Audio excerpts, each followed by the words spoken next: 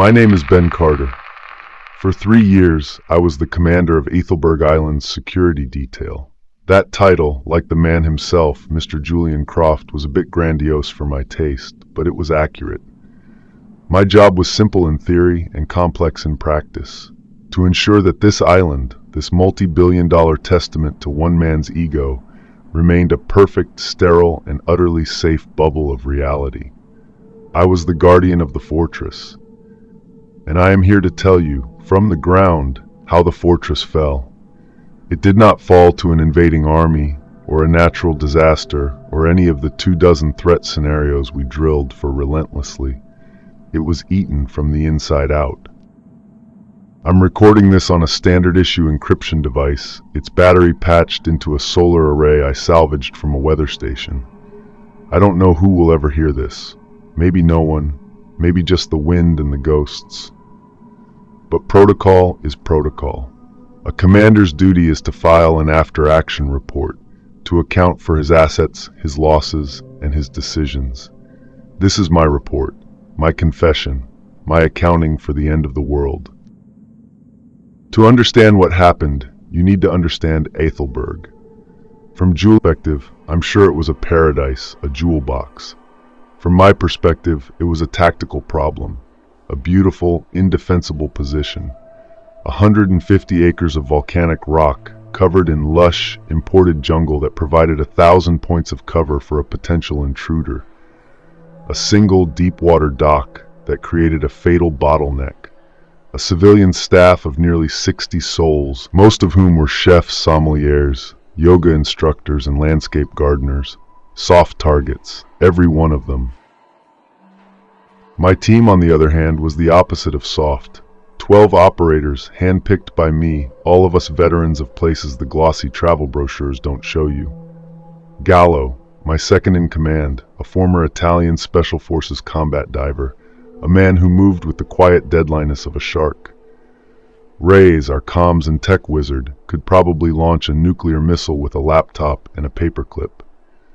Sato, our medic, had seen more blood in field hospitals in the sandpits of the world than most surgeons see in a lifetime. We were professionals. Our job was to protect Mr. Croft's assets from pirates, kidnappers, corporate espionage, or even the paparazzi. We had contingencies for tsunamis, for volcanic eruptions, for armed incursions. We did not have a contingency for this. The day it began was, like all days on Ethelberg, perfect. The sky was a brilliant, cloudless blue. The humidity was precisely controlled by the island's atmospheric processors. It was the morning of the party, the day the Serafina was due to arrive. The island was buzzing with a low-level, festive energy that always set my teeth on edge. To me, a party was simply a high-risk event with multiple, unpredictable variables. My day started not with a crisis, but with a banality. A dispute between two of the kitchen staff over a delivery of saffron. I remember standing in the vast, sterile kitchen, listening to the head chef, a temperamental genius named Antoine, scream in French about professional integrity and thinking, this is my life now, mediating spice disputes. A part of me, the part that still remembered the grit of desert sand and the metallic taste of fear, missed the simplicity of a real threat. I would come to regret that thought. The first thread was pulled around 1100 hours. Reyes patched a call through to my earpiece. One of our best groundskeepers, a solid family man from the Philippines. His voice was shaky. Commander Carter, sir. Sorry to bother you, but we have a strange situation at the service cove. Define strange, Miguel, I said, walking out onto the villa's main terrace, my eyes automatically scanning the horizon. It's a bird, sir. A gannet, I think, but it's wrong. It's acting rabid. It attacked me when I was clearing the morning tide line. It bit my hand. I stopped. A seabird attacked you? Yes, sir. It was unnaturally aggressive, like it was trying to eat me. Its eyes were milky, clouded over. I had to kill it with my shovel. He sounded embarrassed, apologetic. My training kicked in. Animal attacks, especially unprovoked ones, are a red flag. Rabies or other zoonotic diseases can be brought to an isolated ecosystem by migratory animals. Miguel, are you injured? Did it break the skin? Yes, sir. A small bite on my hand. It's bleeding a little, but it's not deep. Understood. Leave the bird's carcass where it is. I want you to report immediately to Dr. Rostova at the infirmary. Tell her I said it's a code yellow biological precaution. I want a full workup. Tetanus, rabies, the works. Do you understand? Yes, Commander. Thank you. I tasked Gallo with sending a two-man team in hazard gear to retrieve the bird's body for analysis. Then I put it out of my mind. It was an anomaly, a minor data point in a sea of operational calm. Protocol was being followed. The system was working. I spent the next few hours overseeing the final security preparations for the arrival of the Serafina. We had divers in the water, checking the hull of the yacht on its final approach. We had drone surveillance providing a 360-degree view of the surrounding ocean. Everything was nominal. The call from Dr. Rostova came at 14:20 hours. Eva Rostova was a brilliant, no-nonsense Russian doctor, part of the permanent staff, a woman who could handle anything from a sprained ankle to a heart attack with the same icy calm. Her voice was not calm. "Ben," she said, dispensing with formalities, a sure sign of trouble. "You need to get down to the infirmary. It's Miguel." "What about him?" I asked, my stomach tightening. "Is it rabies?" "No, not rabies. I've never seen anything like this. His fever is 106 and climbing. He is delirious, non-responsive, and violently aggressive. I've had to sedate him, but he's fighting it. The bite on his hand, Ben, the tissue around it is necrotic. It's black. The necrosis is spreading up his arm at a visible rate. This isn't a disease, it's an invasion." I was moving before she finished speaking. "I'm on my way. Quarantine the infirmary. No one in or out." The infirmary was a small, state-of-the-art facility in a separate building connected to the main staff quarters. When I arrived, 2 of my men were standing guard outside the main door, their faces grim. Inside, Eva was standing by a reinforced glass partition, looking into the main treatment room. Miguel was strapped to a medical bed, but the restraints were groaning under the strain. His body was convulsing, his back arching at an impossible angle. His skin, once a healthy, sun-kissed brown, was now a pale, waxy gray, laced with a network of dark, purplish veins. His eyes were open, but they were the milky, clouded-over eyes he had described in the bird. He was letting out a continuous low, guttural moan, a sound that seemed to come from the deepest, most primitive part of the brainstem. "What in God's name is that?" I breathed, my hand instinctively going to the handgun holstered at my side. "I don't know," Eva said, her scientific composure stretched to its breaking point. "His cellular structure is breaking down and reforming. The blood work is impossible. It's as if something is rewriting his DNA in real time. It's using his own cells as fuel." We watched, mesmerized and horrified, as Miguel's convulsions reached a crescendo. His body went rigid. A long, shuddering sigh escaped his lips, and then he was still. The heart monitor beside his bed flatlined, its single piercing tone the sound of a final, blessed release. "He's gone," I said, a wave of relief washing over me. Eva shook her head, her eyes still locked on the body. "No," she whispered, "the process isn't finished." As if on cue, the body on the bed began to twitch, not the violent convulsions of before, but a series of small spastic, insect-like movements. A finger, an eyelid. His head turned on the pillow, a slow, jerky motion, and his milky eyes fixed on the glass partition. On us. He opened his mouth, and the moan returned, but it was different now. It was no longer a sound of pain, it was a sound of hunger. He began to pull against his restraints. not with the frantic, uncoordinated thrashing of a delirious man, but with a silent, relentless, mechanical strength. One of the thick leather straps, rated to a tensile strength of 1,000 pounds, snapped with a sound like a gunshot. "He's getting loose," I said, drawing my weapon. "Eva, get back." "His heart isn't beating," she whispered, her voice a mixture of terror and scientific awe. "There's no electrical activity in his brain. According to every medical definition, he is dead. But he's moving." Another strap snapped. He sat up on the bed, his movements jerky, unnatural, like a puppet being handled by a clumsy, malevolent child. He turned his head and his empty, hungry eyes focused on me. At that exact moment, my earpiece crackled to life. It was a Priority 1 encrypted channel, a direct link to my counterpart on the Serafina. It was Corbin. His voice was ragged, breathless, a world away from the calm professional I knew. "Carter, do you read me? Ben, for God's sake, answer." "Corbin, what's your status?" I said, my eyes still locked on the thing that had been Miguel as it swung its legs off the bed. "I have a situation here." "You have a situation," he laughed, a raw, hysterical sound. "Ben, the ship is gone. It's a slaughterhouse. We have a pathogen. Oh God, it's not a disease. It's a replacement. They're not human anymore. They're fast, they're strong, and they don't stop. We've lost the bridge, the engine room. We're abandoning ship." I stared through the glass at Miguel, who was now standing, swaying slightly, his gaze fixed on me. The same symptoms. It wasn't localized. It wasn't isolated. It was happening here, and it was happening out there. "Corbin," I said, my voice ice cold. "How do you stop them?" "We can't!" he screamed over a cacophony of alarms and gunfire. "We're shooting them, and they're not going. Just keep coming. Wait, Gallo just... Oh God! The head, Ben! You have to shoot them in the head. It's the only way.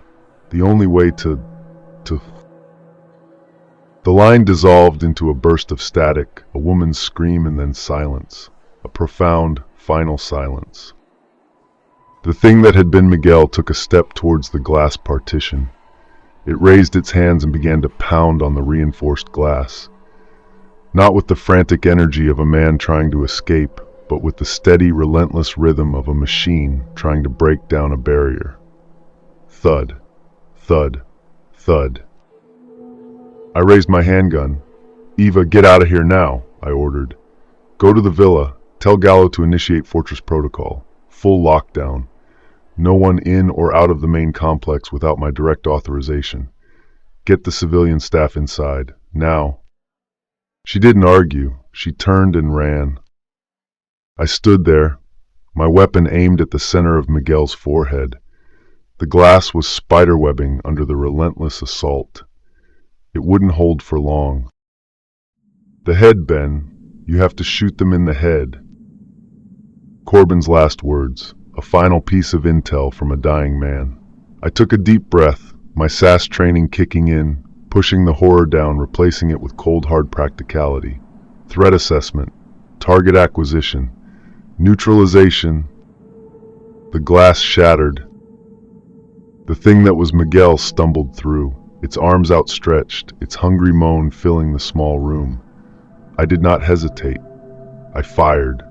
One shot. The sound was deafening in the enclosed space. The bullet struck him square in the forehead. The back of his skull erupted in a spray of gray and red. He collapsed, not like a man, but like a machine that had been switched off, his limbs tangling, his body hitting the floor with a wet, final thud. I stood there, my ears ringing, the smell of gunpowder sharp in the air.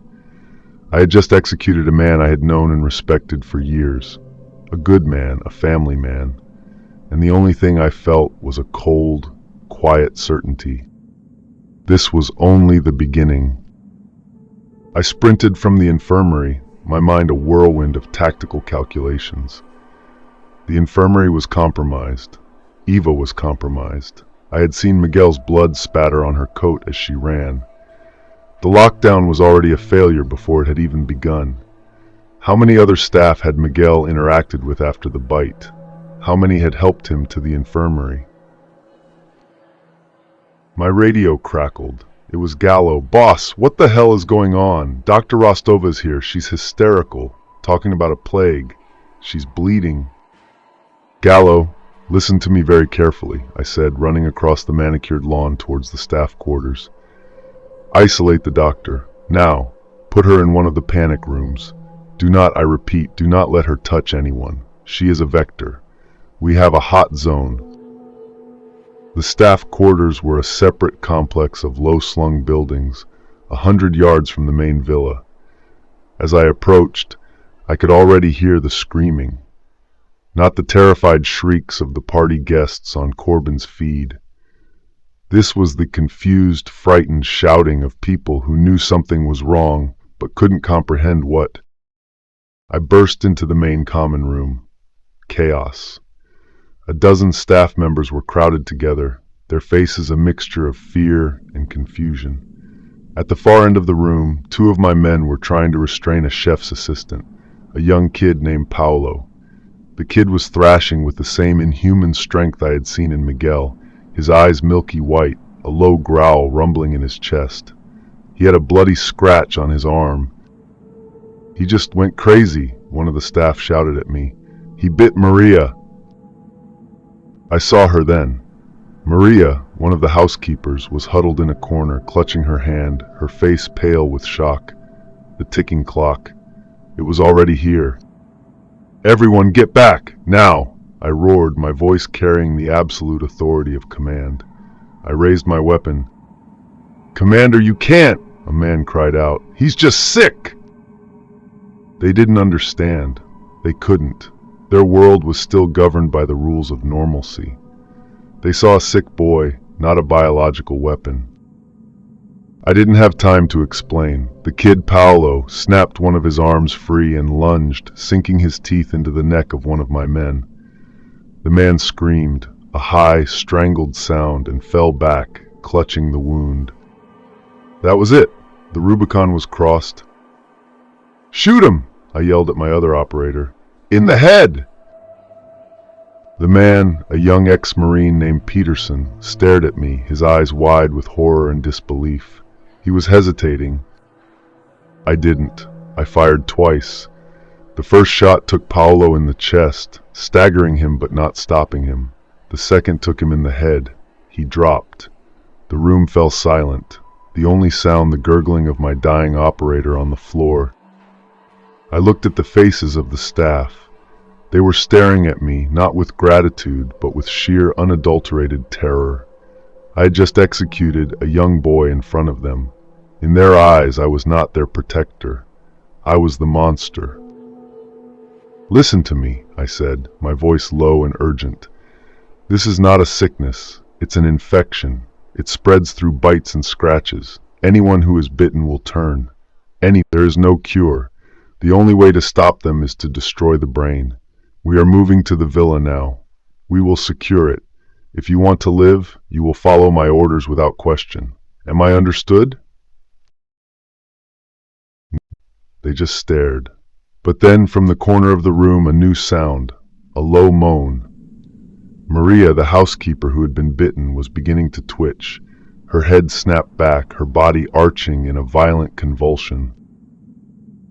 The lesson was learned, not through my words, but through the brutal, visceral reality of it. The screaming started again, but this time it was different.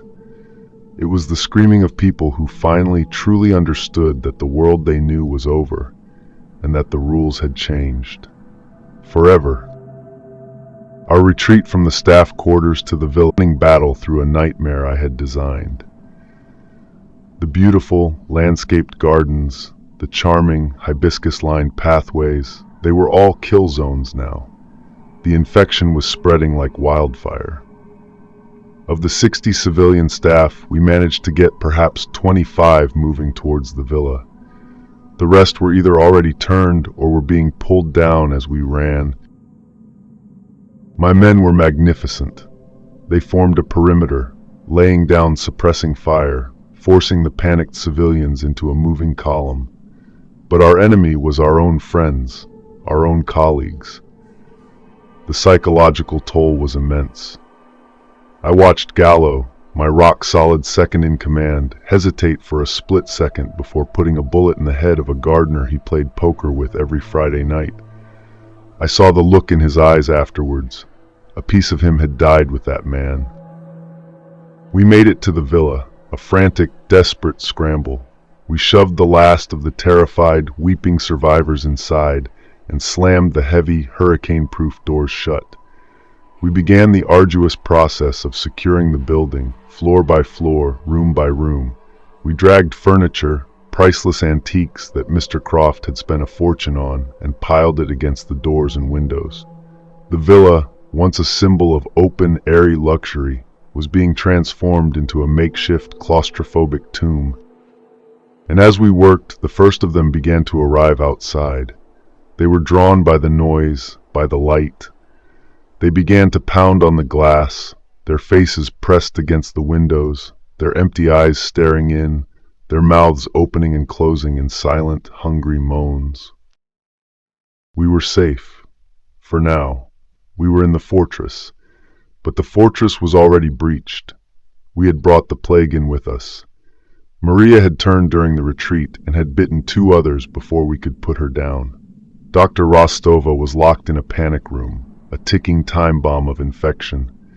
And among the 24 terrified survivors cowering in the grand ballroom, who knew how many were hiding a bite, a scratch, a death sentence?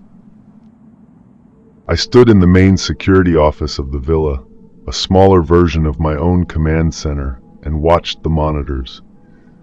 I saw the Serafina on the long-range camera, a dark shape on the horizon, moving closer.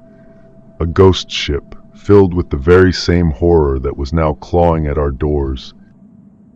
My radio crackled. It was Peterson, the young Marine.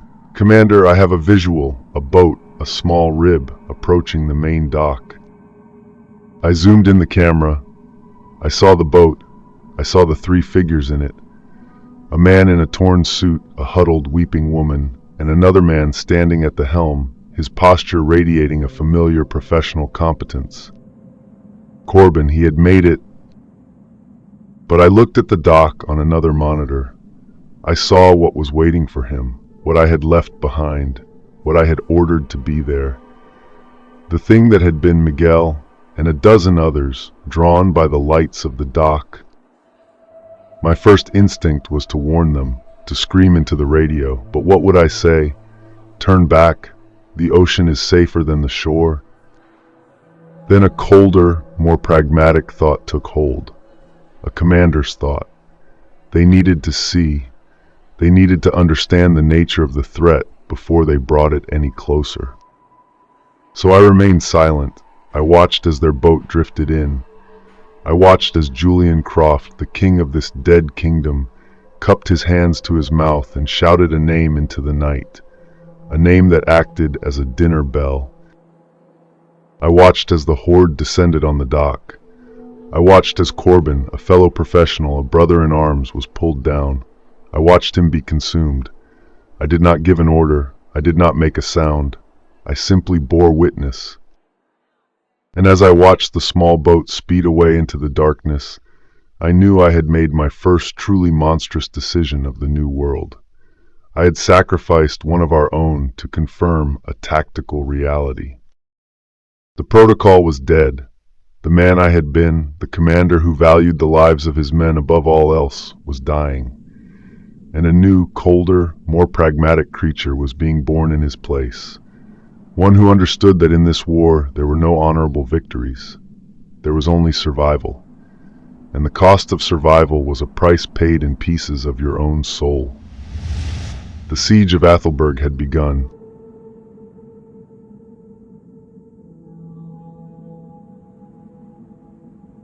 The image on the monitor, the small boat speeding blackness, was the period at the end of a sentence I could never take back. Corbin was gone. Julian Croft, the man I was paid a king's ransom to protect, was gone. My operational objective, my entire reason for being on this cursed rock, had evaporated in a frenzy of blood and seawater. All that remained was the secondary objective, the one that's always there in the back of the manual. Survival. I switched off the monitor displaying the doc. I could not look at the feeding frenzy that was consuming a good man. I could not afford that weakness.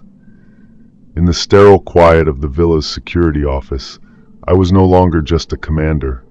I was a zookeeper, and the most dangerous animals were not outside the cage, but locked inside with me. My first duty was to my own men.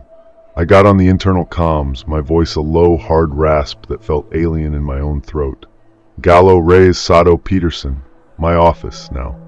Everyone else, maintain your positions. Report any structural stress on the barricades. Do not engage unless a breach is imminent.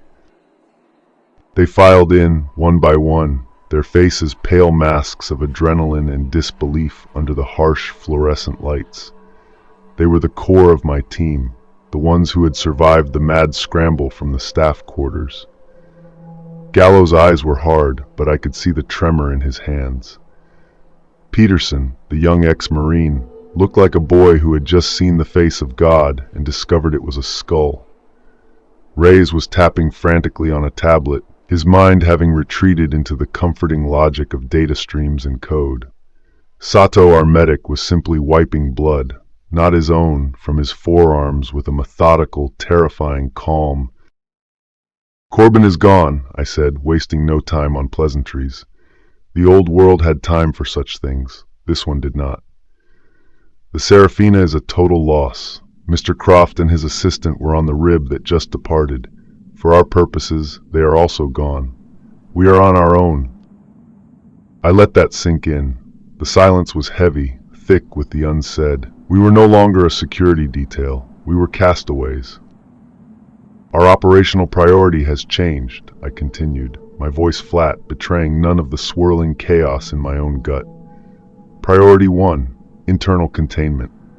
We have an unknown number of infected or exposed individuals among the civilian survivors. Priority 2, fortification. We reinforce this position until we can ascertain the scope of the situation. Priority 3, long-range communication. Reyes, I want you working on nothing but the satellite uplink. I don't care if you have to cannibalize every piece of tech in this villa. I want to know what's happening to the rest of the world." "And what about the people in the ballroom, boss?" Gallo asked, his voice rough. "They are a liability," I stated, the monstrousness of the thought made plain by the simplicity of the words. "Every single one of them is a potential vector, a ticking clock. As of this moment, they are not our equals. They are cargo, frightened, unpredictable, and potentially lethal cargo. We will manage them." My first act as the new god of Athelberg was to deal with Dr. Rostova. She was the known threat, the first domino inside our walls. I took Gallo and Sato with me, and we went to the panic room where she'd been isolated. It was a small, titanium-lined box designed for sheltering from a hurricane, located just off the main kitchen. "Eva," I said through the intercom, "it's Ben. Talk to me." There was a long silence, then her voice came back, thin and reedy. "Ben, the cellular cascade, it's geometric. It doesn't just destroy the host cells, it converts them. It's like a biological terraforming process. The subject's own biology becomes the engine of its replacement." "Eva, have you been bitten? Scratched?" I asked, my voice gentle. Another pause, longer this time. "Miguel's blood," she whispered. "When he broke the restraints, it got in my eye. A microscopic tear in the conjunctiva is all it would take. Fluidic transfer. Ben, I'm feeling cold." I looked at Gallo. His face was granite. We both knew what this meant. "Eva," I said, choosing my words carefully, "I need you to do something for me. You have a recorder in there. I need you to document everything you're feeling, every change, every sensation. As a scientist, as a doctor, it's the most important work you will ever do. It could save us all." It was a lie, of course. I knew there was no saving her, but I needed her data, I needed her brilliant, analytical mind to tackle its own destruction. It was a cold, calculating act of exploitation, and it was utterly necessary. "Yes," she said, her voice suddenly clear, focused. "Yes, of course, for the record, for the science." We left her there, a scientist observing her final, most terrible experiment. We would listen to her recorded logs later. We would not be opening that door again. The next task was uglier, far uglier. I gathered the 25 survivors in the grand ballroom. The magnificent space, with its soaring ceilings and priceless artwork, now looked like a refugee camp. The air was thick with the smell of fear. People were huddled in small groups, weeping, staring into space, their faces etched with the trauma of what they had seen. My 4 men and I entered, our weapons held in a low, non-threatening but ready position. The room fell silent. All eyes turned to me. They were looking for a savior, a leader, a father figure who would tell them everything was going to be all right. I was about to disabuse them of that notion. "Listen to me," I began, my voice echoing in the vast room. "My name is Ben Carter. I am in command here. What has happened is not a disease. It is a contagion of unparalleled speed and lethality. It is spread by any fluidic contact with an infected individual. A bite, a scratch that breaks the skin, a splash of blood in an open wound. The incubation period can be as short as a few minutes. There is no cure. There is no treatment. Once infected, you will turn. And once you turn, you are no longer the person you were. You are a threat. A threat I will neutralize without hesitation." A woman in the front began to sob hysterically. I ignored her. In the chaos of the retreat from the staff quarters, I continued, voice like ice. "Many of you were in close proximity to infected individuals. It is possible, even likely, that some of you were scratched or bitten, and in your panic, did not realize it. We cannot take that risk. The survival of this group depends on absolute certainty. Therefore, we are going to conduct a full medical screening. Now..." The room erupted, shouts of protest, of indignation. At the forefront was Antoine, the head chef, a man whose ego was as inflated as his soufflés. "This is an outrage," he sputtered, his face crimson. "You cannot treat us like prisoners, like animals." I taking a step towards him, my gaze so cold it seemed to suck the heat from the air around me. "And I will. Because if one of you is hiding a bite, you are not just a prisoner. You are a death sentence for everyone in this room, including me. Now you have a choice. You can cooperate, or you can be sedated and screened while unconscious. I assure you, the first option is far more dignified." The defiance in his eyes flickered and died, replaced by fear. He had been a king in his kitchen. In here, he was just another piece of frightened cargo. What followed was one of the most degrading and necessary hours of my life. We separated the men and women. Sato and I screened the men, Gallo and Peterson the women, in separate rooms. We had them stripped down, and we examined every inch of their bodies under bright lights for a sign. A cut, a scratch, a puncture wound. It was a slow, meticulous, and humiliating process. The air was thick with shame and a simmering resentment that was directed entirely at me. I could feel their hatred, a palpable thing, but I preferred their hatred to their infection. We found 2, a young dishwasher with a deep 4-pronged scratch on his back, who swore it had happened on an overturned table, and a laundress with a small, almost invisible puncture wound on her ankle, who broke down and admitted one of the turned had fallen on her as she ran. There was no negotiation, there was no appeal. We took them to 2 separate secure rooms on the 2nd floor. They wept, they begged, they promised they felt fine. We locked them in. 2 more ticking clocks, isolated from the general population. We would check on them in an hour.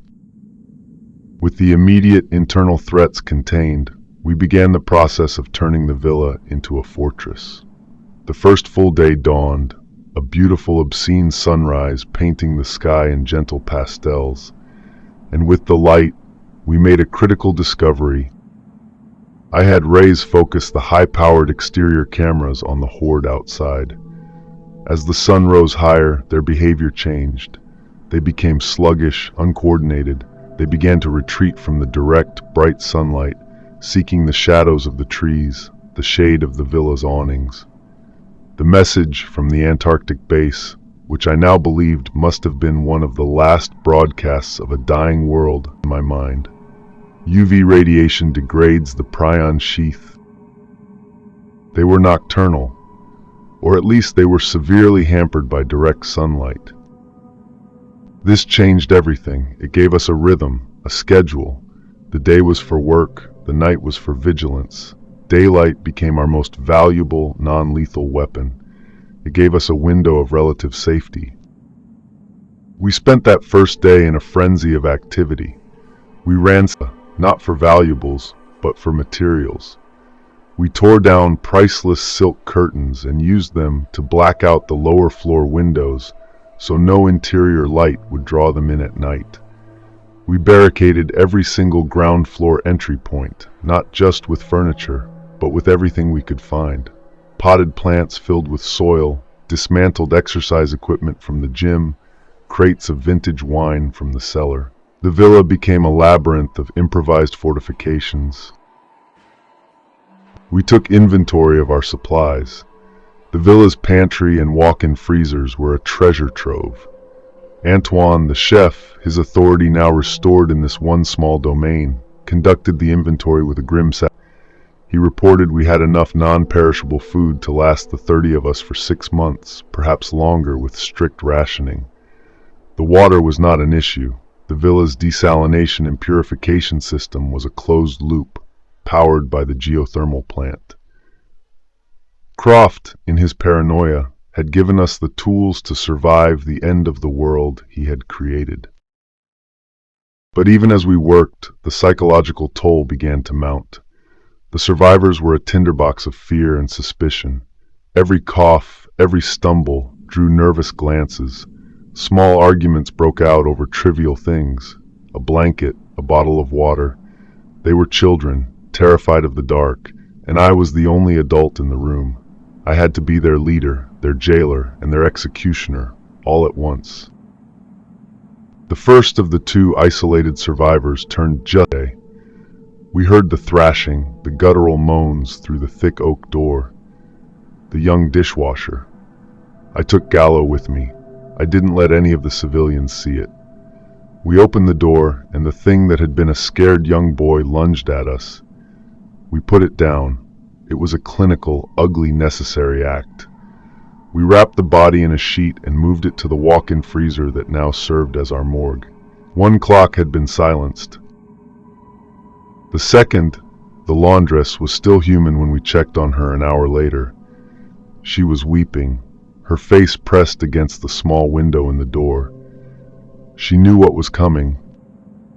"Please," she begged, her voice hoarse, "don't let me become one of them. Please, Commander. My name is Sophia." I looked at her, at this terrified woman who was asking me to kill her, and I saw the path ahead of me, stretching into an endless, bloody darkness.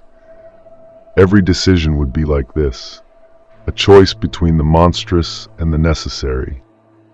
"I won't let that happen, Sophia," I promised her. It was the only comfort I could give. The real test came that evening. As dusk began to settle, a new tension gripped the villa. The horde outside began to stir. Their sluggish daytime torpor burned away, replaced by a renewed, twitching energy. Their moans grew louder, a collective, hungry chorus that was the soundtrack to our first night under siege. I had my team on a rotating watch, stationed at strategic, reinforced windows on the upper floors. We needed to observe, to learn, but the true danger I knew was still inside. A young man, one of the tech support staff who managed the island's complex network, approached me. His name was Liam. He was pale, sweating, and trying very hard not to look me in the eye. "Commander," he said, his voice trembling slightly, "can I have a word? In private?" I led him into the now fortified library, the shelves lined with first editions that were now nothing more than potential kindling. "What is it, son?" I asked. It's about Antoine," he whispered, glancing nervously at the door. "The chef. What about him?" When we were running from the quarters, I saw him fall. He was near the back of the group. One of the gardeners, grabbed his leg. He kicked it off and kept running. He said he was fine. But I saw it, Commander. I saw its nails scrape his ankle. I saw the blood. My blood ran cold. Antoine, the man who had challenged my authority, the man who was now in charge of our food supply. "Are you certain?" I asked, my voice dangerously low. "Yes, sir," Liam whispered. "He's been wearing 2 pairs of socks ever since. He keeps to himself. He watches people, and he hasn't eaten a thing since we got in here." The pieces clicked into place. The arrogance, the defiance. It wasn't just his ego. It was the desperate bluff of a man who knew he was carrying a death sentence. I found him in the pantry, conducting his meticulous inventory. I had Gallo and Peterson with me. We didn't draw our weapons. Not yet. "Antoine," I said, my voice calm, "I need you to come with me. There's something we need to discuss." He turned, his face a mask of false bravado. "I am busy, Commander. As you can see, I am ensuring our survival." "Take off your shoes and your socks, Antoine," I said, my voice flat. The bravado shattered. For a single fleeting moment, I saw the raw animal terror in his eyes. Then it was gone, replaced by a renewed wave of indignant fury. "This is insane. That boy Liam, he is a liar, a frightened child." "Take them off," I repeated, my hand now resting on the grip of my sidearm. "You can do it here, or I can have my men strip you down in the ballroom in front of everyone. The choice is yours." He stared at me, his chest heaving, his mind racing for an escape that didn't exist. Finally, with a cry of pure, impotent rage, he sat on a sack of flour and began to unlace his expensive, custom-made shoes. He peeled off the first sock, then the second. On his left ankle, just above the bone, were 4 deep, parallel scratches. They were inflamed, the skin around them a sickly, purplish red, with a network of fine black lines spreading from the wound like the roots of a dying tree. The room was silent. Even Gallo and Peterson, men I had seen face down horrors I couldn't imagine, took an involuntary step back. Antoine looked down at his own ankle, as if seeing it for the first time. Then he looked at me, and all the fight went out of him. His face crumpled. I thought if I washed it," he stammered. "It was just a scratch. I feel fine." As if to betray his words, a violent tremor racked his body. He gasped, his eyes rolling back in his head. The transformation was beginning, faster than the others. The prion was getting better at its job. "Get him to the freezer," I snapped at my men. "Now!" He fought. He didn't fight like a man. He fought like an animal, with a sudden shocking strength. He let out a high-pitched, inhuman shriek, and lunged, not at me, but at the shelves of food, his hands clawing at cans, at bags of rice, as if driven by some last insane chef-like instinct to destroy his own pantry. We wrestled him out of the kitchen and down the corridor towards the walk-in freezer we were using as a morgue.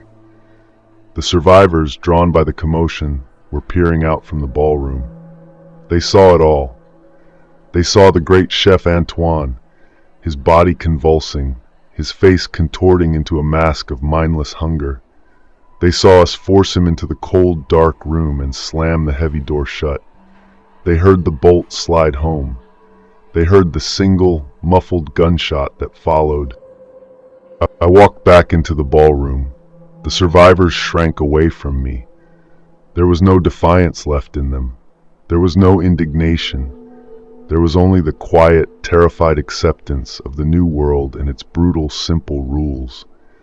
I had taken their hope of normalcy and I had executed it in a locked room.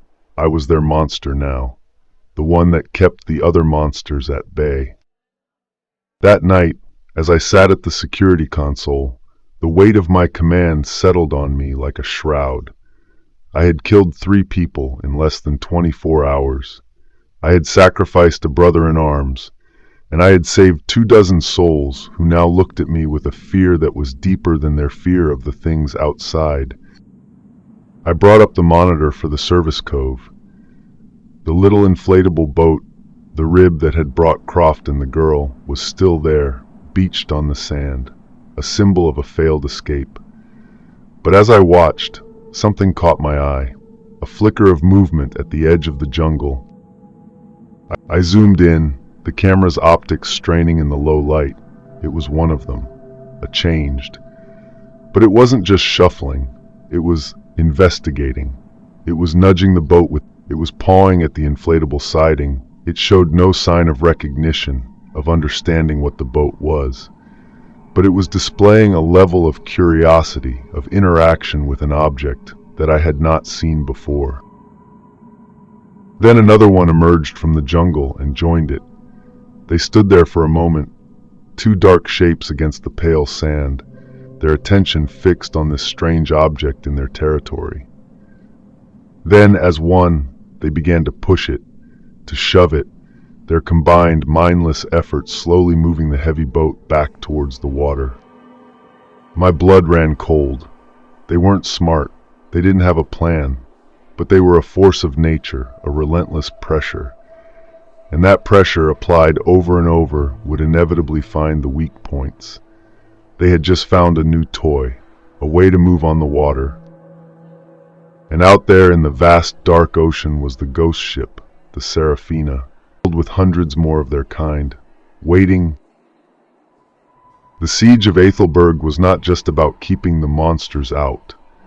The chilling realization washed over me. It was about what would happen when the monsters learned how to leave. My problem wasn't just containing a 150-acre island. My problem was that my island was about to become the embarkation point for the end of the entire world. And I was standing at ground zero.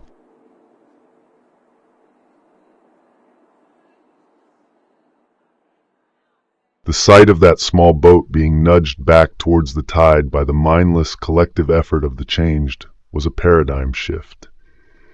It was the moment I truly understood the nature of our predicament. We weren't just besieged, we were quarantined. The island wasn't a prison keeping, it was a cage preventing the plague from getting out. My responsibility, my duty, suddenly expanded beyond the 30 souls cowering in the villa. It became global. We were not just fighting for our lives, we were fighting to prevent our island from becoming the single point of embarkation for the damnation of the human race. This knowledge was a weight heavier than any I had ever carried. The days that followed blurred into a grim, monotonous routine, a military rhythm imposed upon a civilian nightmare. Daylight was our time. It was the only reprieve, the only tactical advantage we possessed. With the first rays of the sun, the horde outside would become sluggish, retreating into the shadows like slugs under a hot rock. This was when we worked. I divided the survivors into teams. My men, Gallo, Reyes, Sato, and Peterson, became the reluctant drill sergeants of this pathetic, terrified platoon. We had fortification details, scavenging parties that would make quick, terrifying dashes to nearby, isolated service buildings for tools or materials, and maintenance crews for our improvised defenses. The villa, once a monument to frictionless luxury, became a gritty, functioning outpost. Priceless Persian rugs were used to muffle the sounds of our movements. A cellar filled with vintage champagne became our primary source of glass for makeshift grenades, filled with cleaning chemicals. We turned a palace into a pillbox. The survivors responded in a predictable spectrum of human desperation. Some, like the young tech who had warned me about Antoine, became my most diligent workers, finding solace in the exhaustion of physical labor. They needed the routine, the feeling of control, however illusory. Others retreated into a catatonic state, sitting silently in the ballroom, their eyes vacant, their souls having already fled. Then there were the whispers. Factions began to form, huddled in corners, their resentment towards my authority a poison seeping into the group's morale. I was their jailer. I was the monster who had shot Paolo, who had executed the great chef Antoine. They ate the food I rationed, they huddled behind the barricades I designed, and they hated me for it. I understood. It was easier to hate me than to hate the screaming existential horror that was clawing at the windows. My most terrible duty was managing the known threats within our walls. The first was Sophia, the laundress, still locked in her second-floor room. We fed her, leaving trays of food by the door. We spoke to her through the intercom. For 3 days she remained lucid, her voice growing weaker, her pleas more desperate. She begged us to let her out, swore she felt fine. Then on the 4th day her voice changed. It became thick, guttural. The begging stopped and the low, hungry moaning began. We heard her throwing herself against the door, the same mindless, rhythmic pounding I had come to know so well. I took Gallo with me. We did what had to be done. We added another wrapped body to the walk-in freezer. Another soul accounted for. This is Dr. Rostova. Her contribution was a final, chilling gift to the living. Every few hours her voice would come over the intercom from her panic room, a calm, clinical, and increasingly detached narration of her own cellular deconstruction. Report 1830 hours, her voice, now raspy, would echo in my security office. The necrosis has spread to my upper arm. The skin has a waxy, translucent quality. There is significant vascular darkening. Motor control in the afflicted limb is intermittent, spasmodic. I am experiencing auditory hallucinations, a low, rhythmic humming. It feels familiar, almost like a call.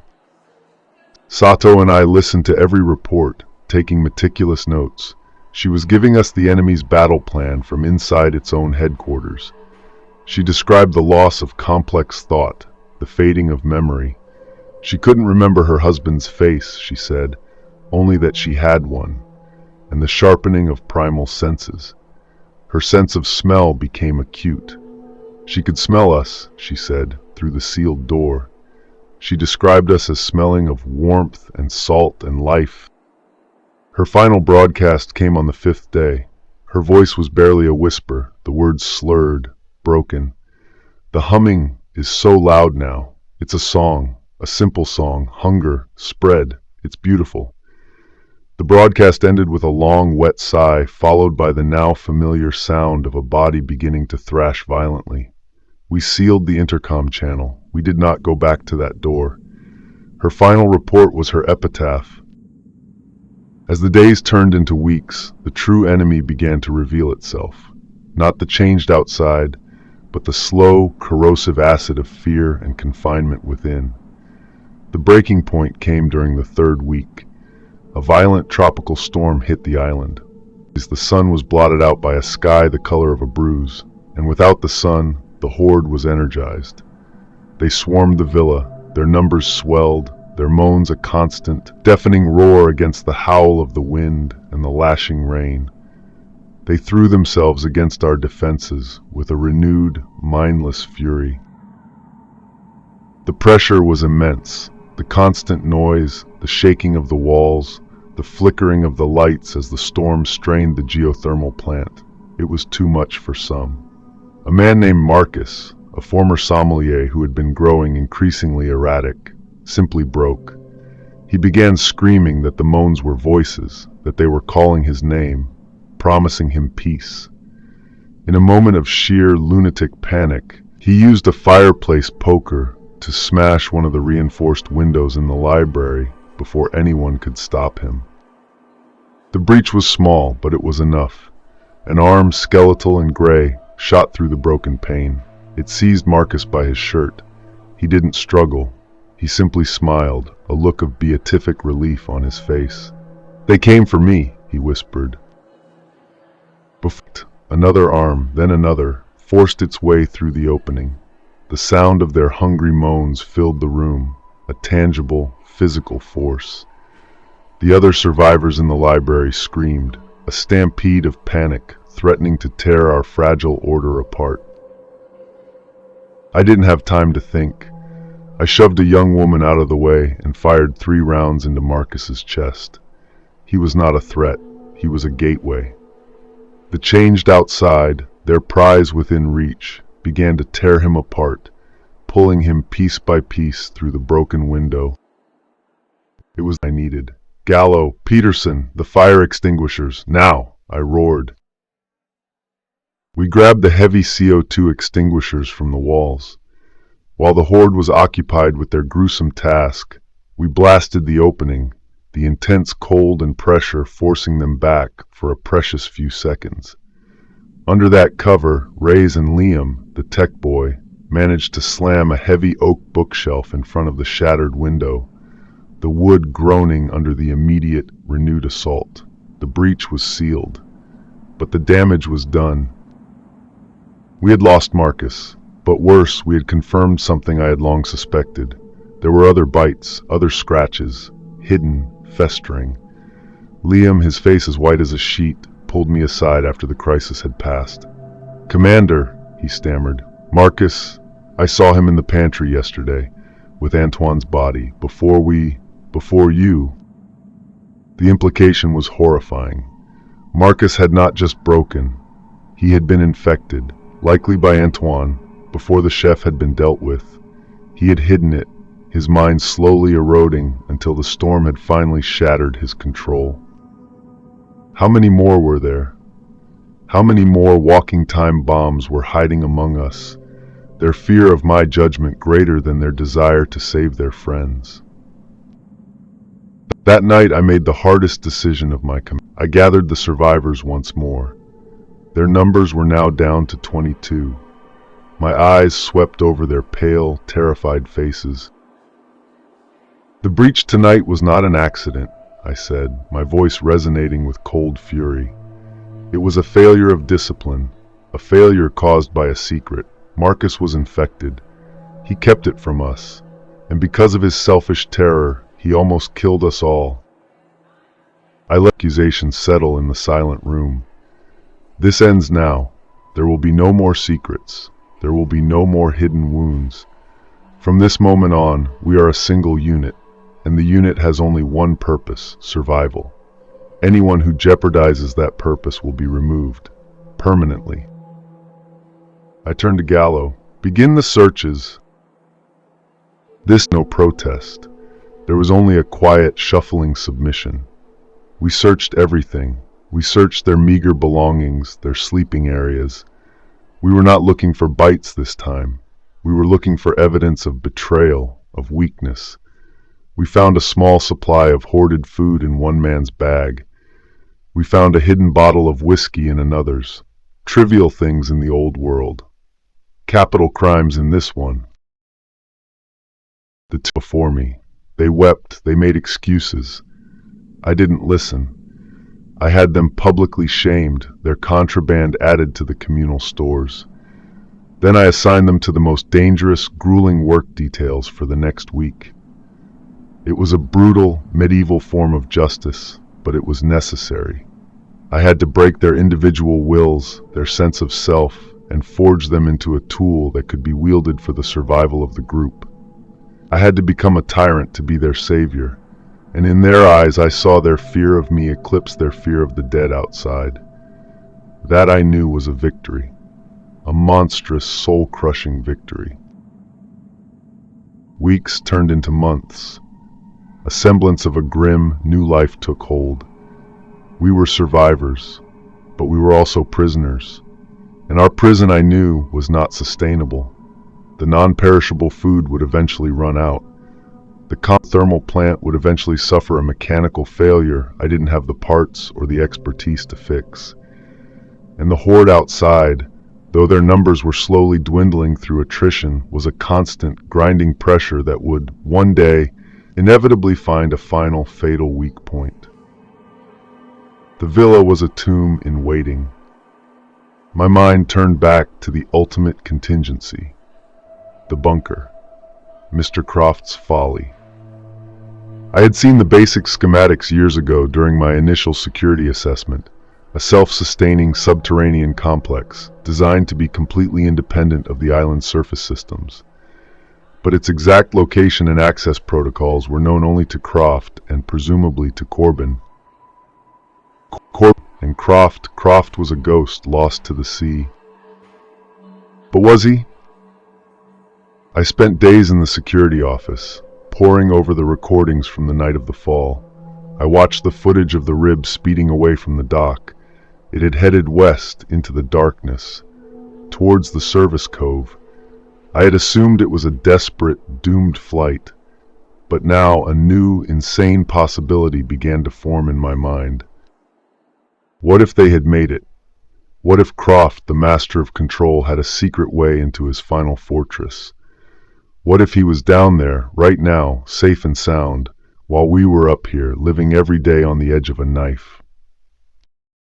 The thought was a spark in the darkness, a new operational objective. It was no longer about defending the villa. It was about reaching the bunker. But how? The villa was on the eastern side of the island. The only known access to the bunker, according to the schematics I could access, was through the villa's wine cellar, an area we could not reach without going outside, and going outside was suicide. Then Reyes, my quiet, brilliant tech wizard, gave me the key. He had been working relentlessly on the island's internal network maps. "Commander," he said, his eyes wide behind his glasses, pointing to a schematic on his tablet. "Look at this. It's a fiber optic cable conduit. It runs from this security office directly to a secondary comms hub deep underground. It bypasses the villa's main systems entirely. It's a dedicated, hardened line, the kind you'd build if you wanted a secure, off-the-grid command and control link." I looked at the map. The conduit, a narrow maintenance tunnel no wider than a man, snaked from our very position deep into the earth and terminated at a location on the western side of the island. A location that was not marked on any other map. A location that was 60 meters directly beneath a nondescript patch of jungle. The bunker. Croft had built himself a secret back door, a rat line from his own security office to his tomb. The plan was born of pure, undiluted desperation.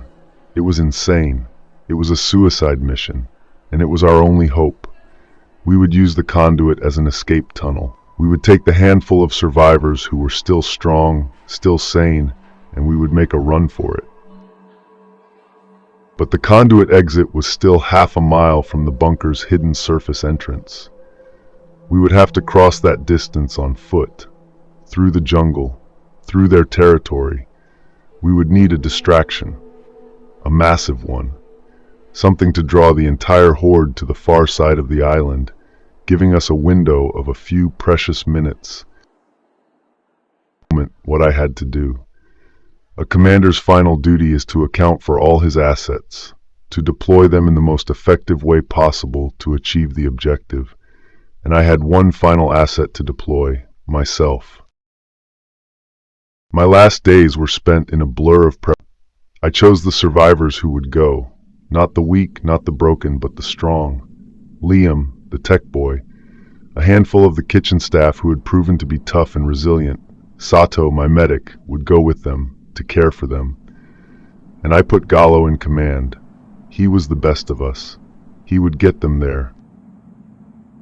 I, along with Reyes and Peterson, would be the diversion. Reyes, a master of improvisation, wired the villa's powerful external speaker system and the island's entire remaining stock of propane tanks to a remote detonator. Our plan was simple and brutal. We would lure the horde to the villa using sound. Then we would blow the entire east wing to hell, creating a fire and a shockwave that would, with any luck, draw every single one of those things on the island into a frantic, hungry frenzy. While they were occupied, Gallo's team would make their move. The final night was clear and still. The moon was a sliver of bone in a black sky. I stood on the balcony up in Julian Croft's master bedroom, looking out over the dark, silent jungle. I had my personal recorder in my hand. My last report. Gallo stood beside me. Say much. There was nothing left to say. We had come to this island as highly paid soldiers of fortune. We had become something else entirely. "Get them there, Rico," I said, using his old nickname. "We'll make it, Ben," he said, his voice thick. He stuck out his hand. I shook it. A small, terrified group of ghosts slipping out of a side entrance and disappearing into the darkness. My last responsibility was gone. All that was left was the mission. Reyes gave me the signal from the security office. "They're at the conduit entrance, boss. They're going in." "It's time," I said into my own radio, my voice calm. "Reyes, start the music." From around the villa, a sound blasted into the night. Not a pure tone this time. I had chosen a recording of a baby crying, the most primal, attention-grabbing sound in the human arsenal. The effect was instantaneous. From all over the island, the horde responded. The moaning began, a low hum that grew into a roar. On the monitors, I watched them converge on the villa, a great, black tide of hunger. We waited until the lawn was a sea of them, thousands of them, all pressed against the walls, clawing, moaning, drawn by the lie of life within. "Peterson," I said, "on my mark." Peterson was at the far end of the balcony with a flare gun. I stood by the railing, my assault rifle in my hand. "Now," I whispered. Peterson fired the flare. It shot up into the night sky, a brilliant red star that illuminated the writhing mass below in a hellish crimson light.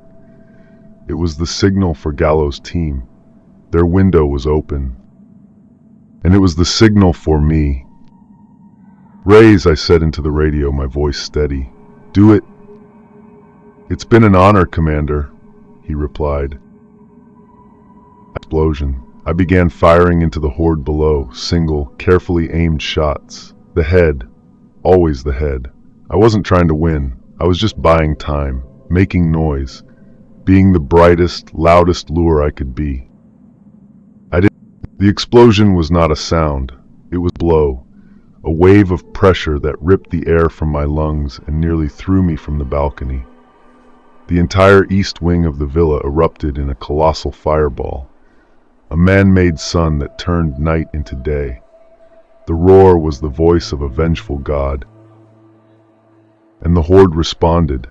They turned from me, from the sound of my rifle, and surged towards the fire, towards the greater stimulus. It was working. My rifle clicked empty. I dropped it. I had them in 2 extra magazines, and I had my final report to make. I'm speaking now, my back against the hot stone of the villa wall. The fire is raging behind me. The sounds of the horde are a symphony of damnation. Peterson is gone, taken by a few that were smart enough or dumb enough not to be drawn to the fire. Reyes is silent on the radio. I am the last of my unit. "This is Commander Ben Carter, Ethelberg Security. My report is complete. I have accounted for all assets. I have neutralized all known internal threats. The civilian extraction team is away. My mission is complete." I can see them now. They are turning back from the fire. They have realized the meal they were promised is not there. And they can see me, a lone, warm, living figure against the flames. They are starting to move towards me. Their eyes are empty, but I can feel their hunger. 1,000 empty stomachs, all turning my way.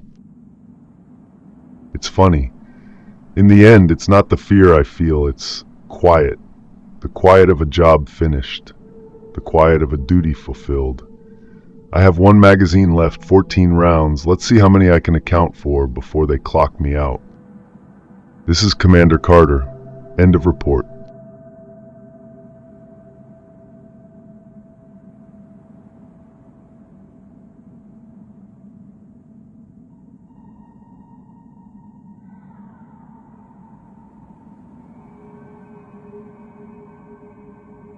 Thanks for tuning in. If this narrative pulled you into its depths, consider giving the video a like. Your support is how these stories get told. And if you're ready for more chilling, plausible adventures, make sure you subscribe and join our growing community of explorers. What will we uncover next?